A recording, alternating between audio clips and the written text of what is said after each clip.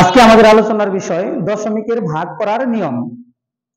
দেখো আমি বোর্ডে একটি অঙ্ক লিখেছি 0.516 এটি হচ্ছে ভাজ্য আর 1.2 এটি হচ্ছে ভাজক। এখানে আমরা লক্ষ্য করতে পারতেছি ভাজকে দশমিক রয়েছে এবং ভাজ্যেও দশমিক রয়েছে। যদি ভাজ্যে দশমিক থাকে এবং ভাজকে দশমিক না থাকে তাহলে সেই দশমিকটা না উঠিয়ে দিয়েও তুমি ভাগ করতে পারবে, কিন্তু ভাজকে যখন দশমিক থাকবে সেই দশমিক উঠিয়ে না দিয়ে ভাগ করা যাবে না। অর্থাৎ ভাজকে দশমিক থাকলে সেই দশমিকটি প্রথমে উঠাতে হবে এবং তারপর ভাগ করতে হবে। এখন এই দশমিকটা উঠানোর জন্য আমরা কি করতে পারি? এই দশমিকটা উঠিয়ে দেওয়ার জন্য আমরা এই দশমিকের জন্য একটা এক এবং এই দশমিকের পরে যে কয়টি অঙ্ক রয়েছে সেই কয়টি শূন্য দিয়ে যদি আমরা গুণ দিই তাহলে দশমিকটা উঠে যাবে। তাহলে দশমিকের জন্য একটা এক এবং পরে কয়টি অঙ্ক রয়েছে? একটি, তার মানে একটি শূন্য। তাহলে যদি আমরা 1.2 কে 10 দিয়ে গুণ দিয়ে দিই তাহলে কিন্তু আমাদের এই দশমিক বিন্দুটা উঠে যাবে। আর ভাজককে যে সংখ্যা দিয়ে তুমি গুণ দিবে ভাজ্যকেও সেই সংখ্যা দিয়ে গুণ দিতে হবে। তাহলে সেই ক্ষেত্রে আমরা লিখতে পারি 0.516 গুণ 10 ভাগ 1.2 গুণ 10। আরেকটি কথা তোমরা এখান থেকে মনে রাখো যে এখানে দশমিকের পরে একটি অঙ্ক আছে বিধায় কিন্তু আমরা 10 দিয়ে গুণ দিলাম, কিন্তু অনেক ক্ষেত্রে ভাজকে দশমিকের পরে দুইটি ঘরও থাকতে পারে, অর্থাৎ দুইটি অঙ্ক থাকতে পারে, তিনটি অঙ্ক থাকতে পারে। অর্থাৎ যদি দুইটি অঙ্ক থাকে তাহলে 100 দ্বারা গুণ, যদি তিনটি অঙ্ক থাকে তাহলে 1000 দিয়ে গুণ।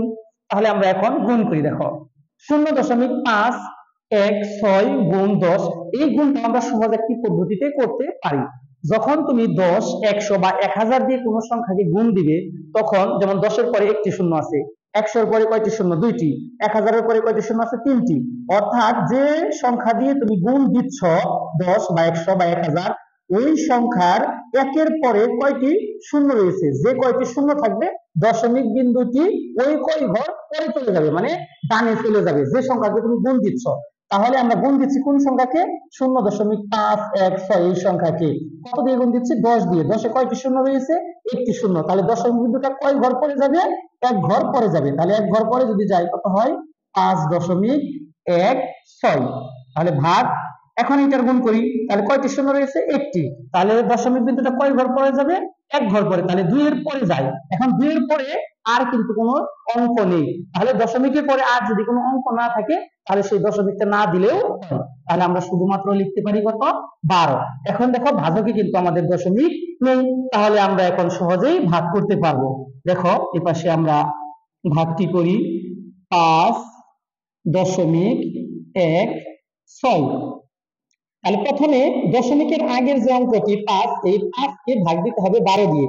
5 কিন্তু 12 অপেক্ষা ছোট, তার মানে আমরা একবারও কিন্তু 12 দিয়ে 5 এর মধ্যে ভাগ দিতে পারতেছি না। যখন একবারও আমরা ভাগ দিতে পারবো না তখন ভাগ দিতে হবে 0 বার। কতবার? 0 বার। তাহলে 0 বার যদি ভাগ দিই আমরা 0 দ্বারা 12 কে গুণ করলে কত হয়? 0।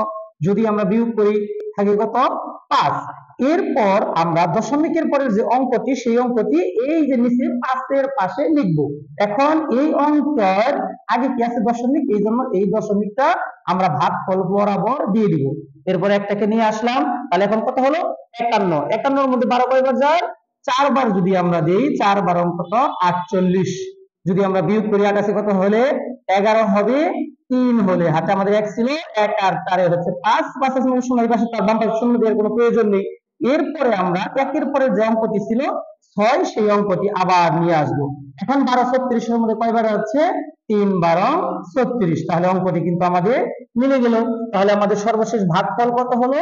0.43। আশা করি দশমিকের ভাগ কিভাবে করতে হয় সেই বিষয়টি তোমরা বুঝতে পেরেছো।